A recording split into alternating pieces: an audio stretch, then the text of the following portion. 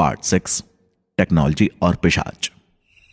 अंगद तब तक अपना पानी का गिलास पूरा खत्म कर चुका था। उसने गिलास एक तरफ रखते हुए कहा, तुम्हारे पिता के बारे में सुनकर बहुत दुख हुआ, लेकिन तुमने बार बार अपनी कहानी में किसी फसल के देवता का जिक्र किया। मैंने गांव के कई लोगों से बात की थी, उनमें से भी एक मुझे फसल के देवता के बारे में बताना चाह रहा था, लेकिन उसे दूसरे लोगों ने रोक दिया। वो तो एक दूसरे को रोकेंगे ही। उन्हें लगता है कि अगर वे किसी बाहरी व्यक्ति को अपने देवता के बारे में बताएंगे तो उन्हें देवता के क्रोध का सामना करना पड़ेगा। गांव में लगभग 100 साल से भी ज्यादा समय से गांव के सारे परिवार साल के एक दिन अपने अपने खेत की कुछ फसल का हिस्सा घर से दूर एक जगह पर रखाते हैं। उनकी भाषा में कहा जाए तो उस दिन वे अपनी फसल का एक हिस्सा पिशाच देवता के चरणों में अर्पित कर देते हैं, जिससे कि देवता की कृपा से बेकार मौसम में भी हरी भरी फसलें लहलहाती हैं। कहा जाता है कि अगर किसी घर से फसल का एक हिस्सा नहीं गया तो पिशाच देवता का क्रोध पूरे गांव पर टूटेगा। मेरे पिताजी इन सब बकवास बातों में नहीं मानते थे, तो पिछले साल उन्होंने तय किया कि बाकी सबकी तरह अपनी मेहनत से सींची गई फसल का जरा सा भी हिस्सा गांव वालों के बने बनाए किस्से कहानियों के ऊपर बेकार नहीं करने वाले। मुझे पूरा यकीन है कि बस इसी बात का फायदा उठाकर सुनीति के घर वालों या उसके होने वाले पति ने मेरे पिता की हत्या कर दी और नाम आ गया फसल के देवता पर। हैरानी की बात तो यह है कि लोकल पुलिस वाले तक उस देवता से खौफ खाते हैं, जिसके चक्कर में वे इस केस की तहकीकात करेंगे ही नहीं। मैं गांव में होता तो बॉडी की ऑटोप्सी करवाने पर जोर देता, लेकिन मेरे आने से पहले ही उनके शरीर को हक देकर मेरा वो हक भी छीन लिया गया जो उनका बेटा होने के नाते मुझे अदा करना चाहिए था। इतना कहते कहते बिरजू थोड़ा भावुक हो गया। अंगद शांत बैठा उसकी सारी बातों पर गौर कर रहा था। उसने गंभीर होकर पूछा, यानी कि तुम फसल के देवता वाली थ्योरी पर यकीन नहीं करते? बिल्कुल नहीं, बिरजू ने कहा। हम 21वीं सदी में रह रहे हैं यश। तुम यकीन कर सकते हो कि इस जमाने में भी यहां के लोग पिशाच जैसी बकवास बातों में मानते? अंगद ने हल्के से मुस्कुराकर कहा, दुनिया में कई ऐसी चीजें हैं जो तुम्हारी या मेरी समझ के बाहर है। ये धरती रहस्यों से भरी हुई है। बिरजू ने चौंक कर उससे पूछा, क्या? इस बात का क्या मतलब? बिरजू की बात सुनने के बाद तो अंगद के जैसे हाव भाव ही बदल गए थे। वो कुर्सी से उठा और दरवाजा खोलकर बाहर जाने लगा। बिरजू ने उससे कहा, रुको, तुमने तो कहा था कि तुम मेरी मदद करोगे। तुम तो एक पत्रकार हो ना, तुम लोग पुलिस पर इन्वेस्टिगेशन के लिए प्रेशर तो बना ही सकते हो ना? अंगद ने मुड़कर उससे कहा, अभी के लिए मैं इस गांव में ही हूं। मैं और तुम मिलकर इस बात पर कल डिस्कस करेंगे। मुझे अपना नंबर दे दो। बिरजू का नंबर अपने फोन में फीड करके अंगद बोला, मैं कल तुमसे कांटेक्ट करूंगा। इतना कहकर वो घर से वापस बाहर निकल आया। तब तक बाहर का तापमान काफी गिर गया था। सड़क पर इक्का दुक्का लोग दिख रहे थे, लेकिन वे भी ठिठुर कर चल रहे थे। लेकिन अंगद छाती चौड़ी करके आगे बढ़ रहा था, जैसे ठंड का उस पर कोई असर ही ना हो रहा हो। उसने तुरंत फोन मिलाकर कहा, हाँ मैडम अन्नपूर्णा, एनॉमली 263 के बारे में अब तक काफी जानकारी जुटा ली है मैंने। उसे यहां के लोग फसल का देवता मानते हैं। उधर से अन्नपूर्णा की आवाज आई, मानते होंगे, लेकिन हमें पता है कि वो असलियत में क्या है। तुम्हें उसे जल्द से जल्द खोजकर हमारे पास लाना होगा अंगद। ऐसे अनोखे स्पेसिमेंस के लिए विंग बी में खास जगह रहती है। ठीक है मैडम, मैं जल्द से जल्द उसे कैप्चर करके लाने की कोशिश करूंगा। इतना कहकर अंगद ने फोन काट दिया और वापस लॉज की तरफ बढ़ने लगा। धीरज के एक चेले ने दूर से ही अंगद को बिरजू के घर से निकलते हुए देख लिया था। वो तुरंत ये बात धीरज को बताने चल दिया।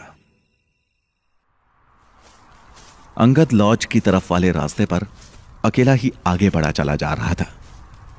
ये वही रास्ता था जहां एक बड़ी मात्रा में खेत मौजूद थे। वो रास्ता रात के इस अंधेरे में पूरी तरह सुनसान हो गया था। रास्ते में एक आध जगह स्ट्रीट लाइट्स लगी हुई थी, जिनकी रोशनी के पास कीड़े मंडरा रहे थे। वे उस व्यापक अंधकार को मिटाने के लिए नाकाफी थे।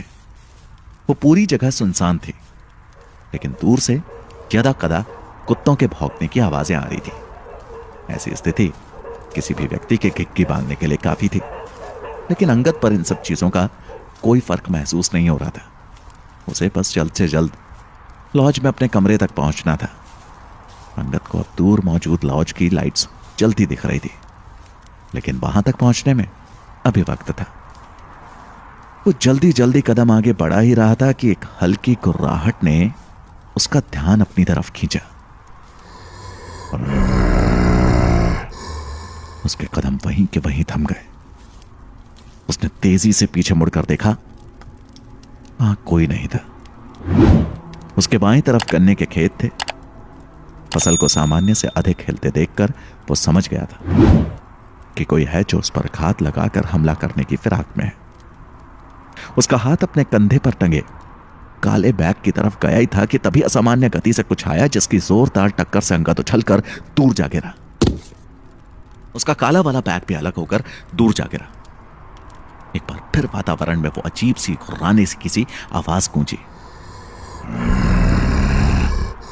लेकिन इस बार वो आवाज अंगद को एकदम अपने पीछे से आती सुनाई दी।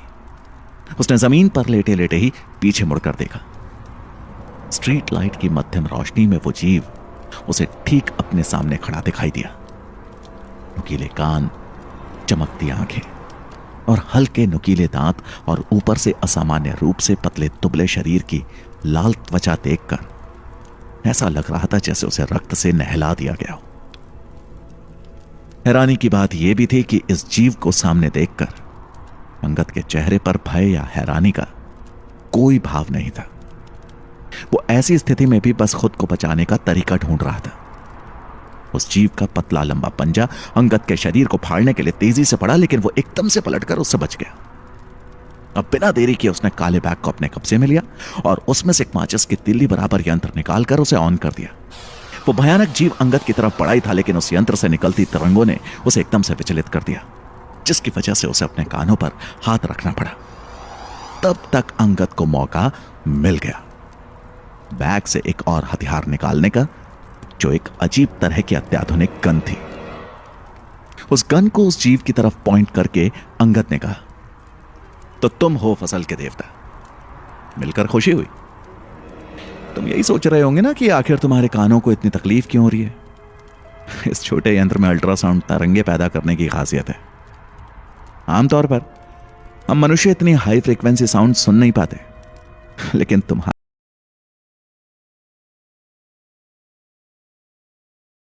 शारीरिक बनावट हमसे काफी अलग है, इसलिए तुम्हारे कान इसके असर से नहीं बच पाए। अब मेरे हाथ में जो बंदूक है उससे एक बहुत बड़ा जाल निकलेगा, जिसमें से मैं तुम्हें कैद करके एक ऐसी जगह ले जाऊंगा जहां तुम जैसे जीवों को मानव सभ्यता से दूर रखा जाता है।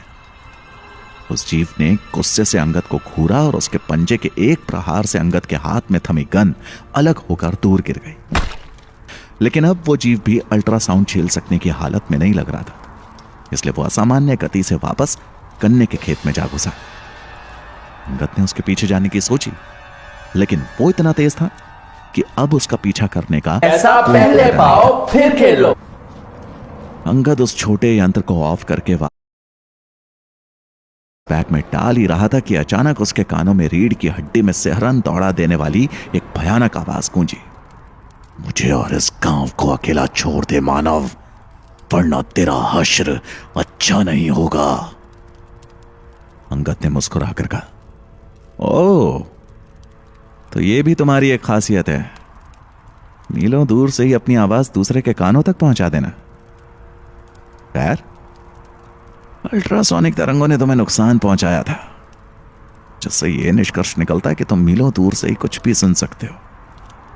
तुम्हारे सुनने की क्षमता साधारण मनुष्य से कहीं अधिक है। तो अब मेरी बात गौर से सुनो। तुमने इस गांव में बहुत आराम कर लिया, लेकिन अब मेरी संस्था को तुम्हारी जरूरत है। तुम्हें मेरे साथ आना होगा। अब यह तुम्हारे ऊपर है कि तुम अपनी मर्जी से आते हो या मेरी मर्जी से। अंगद को अपनी इस बात का फसल के तथाकथित देवता की तरफ से कोई जवाब नहीं मिला, तो वो वापस बैग टांग कर लॉज की तरफ बढ़ने लगा। वो लॉज में घुसा तो देखा कि विपुल और गिरीश वहीं रिसेप्शन के पास ही बैठे थे। उसने विपुल के पास जाकर कहा, मुझे मेरे कमरे की चाबी दे दो। विपुल ने थोड़ा गुस्से में कहा, वो तो मैं दे दूंगा यश जी, लेकिन पहले यह बताइए कि आप इतनी रात बेरात बाहर कहां टहल रहे थे? अंगद ने हंसकर पूछा, क्या बकवास है, ये लॉज है या हॉस्टल जो तुम मुझे इस तरह से सवाल कर रहे हो? मैं रात के 1 बजे तक भी बाहर घूमूं तो तुमसे क्या मतलब? विपुल की आंखों में अब गुस्से और डर का एक अजीब मिश्रण दिखाई दे रहा था। वो बोला, आप समझ नहीं रहे, इस गांव में रात में इस तरह से बाहर घूमना खतरे से खाली नहीं है। यह जगह बाकी जगहों से एकदम अलग है। हम लोग हर दिन खौफ के साए में जीते हुए निकालते हैं। अंगद ने उससे कहा, क्या तुम लोग इस डर में जीते हो कि कहीं वो सो कॉल्ड फसल का देवता तुमसे नाराज ना हो जाए? यह सुनकर विपुल और गिरीश ने पहले तो एक दूसरे की तरफ देखा और फिर विपुल ने अंगद से पूछा, तुम्हें फसल के देवता के बारे में कैसे पता चला? गांव के लोगों को तो साफ निर्देश दिए गए थे कि किसी बाहरी व्यक्ति के सामने अपना मुंह ना खोले। फिर तुम्हें कैसे पता चला? अंगद ने उसे घूर कर कहा, जब मैं इस तरफ आ रहा था तो मैंने रास्ते में गन्ने के खेत देखे। गन्ने के खेत 150 सेंटीमीटर से कम बारिश में उगते तक नहीं है। उनके लिए 20 से 26 डिग्री सेल्सियस का तापमान चाहिए, लेकिन यहां इस शुष्क प्रदेश में वो लहलहा रहे हैं। जाहिर सी बात है कि फसल के देवता की कृपा तो तुम लोगों पर है ही।